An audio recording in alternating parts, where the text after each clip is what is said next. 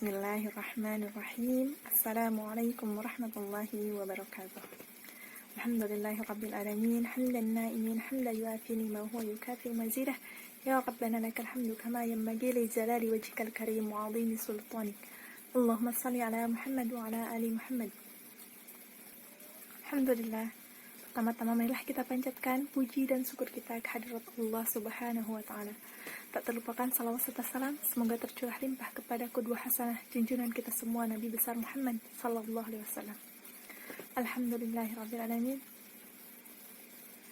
Allah berfirman dalam Al-Qur'an surat Al-Mu'min ayat 60. Ud'uni astajib lakum. Berdoalah kepadaku, maka akan aku perkenankan untukmu.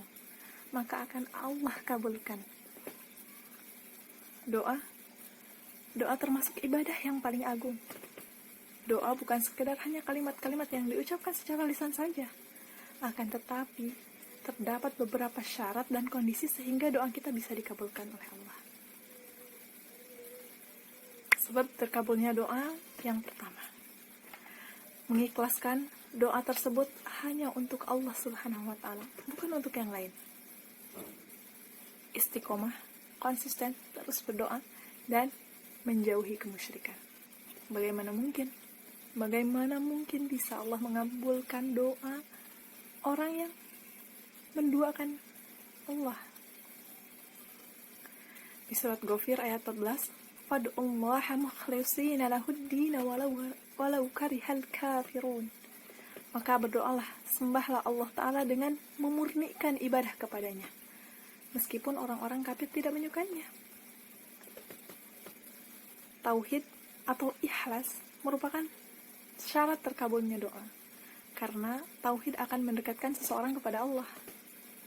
Nah, dengan dekatnya seseorang kepada Allah, tentu saja menjadi wasilah atau bisa menjadi wasilah atau sarana dikabulkan doa seorang hamba. Yang kedua, berdoa kepada Allah Ta'ala dengan sepenuh hati, menghadirkan hatinya untuk benar-benar dikabulkan oleh Allah Subhanahu wa Ta'ala. Tidak berdoa dengan hati yang lalai atau berpaling, sehingga hanya menggerakkan lisannya saja, sedangkan hatinya berpaling, memikirkan hal-hal yang lain.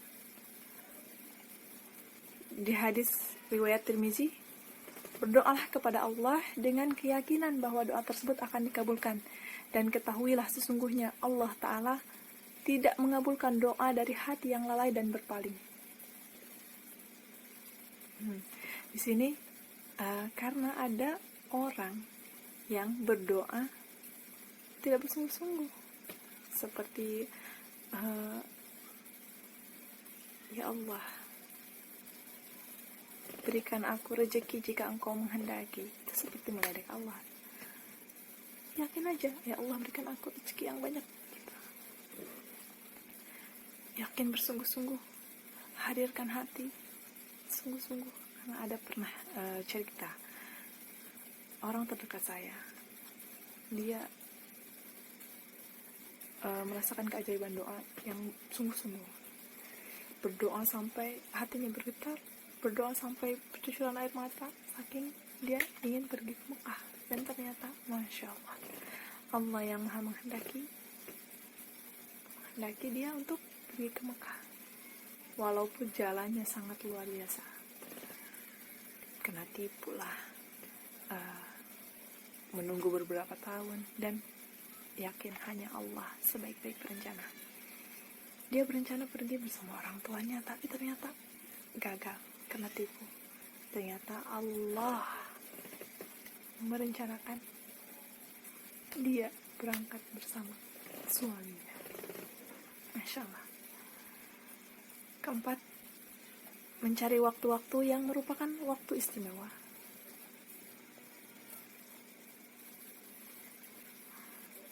Waktu istimewa apa saja? Ada ketika hujan turun, ketika antara azan dan iqamat, waktu sahur, waktu berbuka, dan waktu sujud terakhir. Itu luar biasa sekali. Berdoalah di waktu-waktu yang mustajab. Selanjutnya, berdoa kepada Allah dengan menyebutkan nama dan sifat Allah Ta'ala. Sudah ada bukan? Kita sudah tahu ada 99 Asmaul Husna. Di surat Al-Isra, di surat Al-A'raf ayat 180, hanya milik Allah Asmaul Husna. Maka mohonlah kepadanya dengan menyebut Asmaul Husna itu, dan tinggalkanlah orang-orang yang menyimpang dari kebenaran dengan menyebut nama-namanya. Lantas ada orang yang, kok doa saya tidak terkabul ya, padahal saya sudah memenuhi keempat syarat tersebut, tapi doa saya tidak dikabulkan, kenapa? Nah, kita harus tahu ada ada 3. Di sini hadis hadis riwayat Ahmad. Tidaklah seorang muslim memanjatkan doa kepada Allah selama tidak mengandung dosa dan memutuskan silaturahmi. Allah akan memberi padanya 3 hal. Nih, Allah akan mengabulkan doanya. 2, Allah akan menyimpannya kelak nanti buat di akhirat. Yang ketiga, Allah akan menghindarkan darinya kejelekan yang semisal. Jadi ada 3, mungkin doa kita tidak dikabulkan dunia, tapi nanti di akhirat. Atau dengan doa yang kita panjatkan, kita tidak mendapatkan doa itu, tapi kita bisa terhindar dari hal-hal yang buruk. Masya Allah, luar biasa bukan? Dan doa itu merupakan ibadah. Jadi dikabulkan atau tidak, bukan dikabulkan atau ditunda, itu sama-sama akan mendapatkan pahala. Masya Allah ya. Di sini ada hal-hal yang menjadi penghalang terkabulnya doa. Yang pertama, hati yang lalai, sudah disebutkan tadi. Lisannya berdoa tapi hatinya berpikir kemana-mana. Yang kedua, merupakan penghalang dosa itu memakan atau harta yang haram. Pernah ada salah satu ini Rasulullah SAW menceritakan tentang seorang laki-laki yang telah menempuh perjalanan jauh sehingga rambutnya kusut dan berdebu. Orang itu mengangkat kedua tangannya ke langit lalu berdoa, ya Rabb, ya Rabb.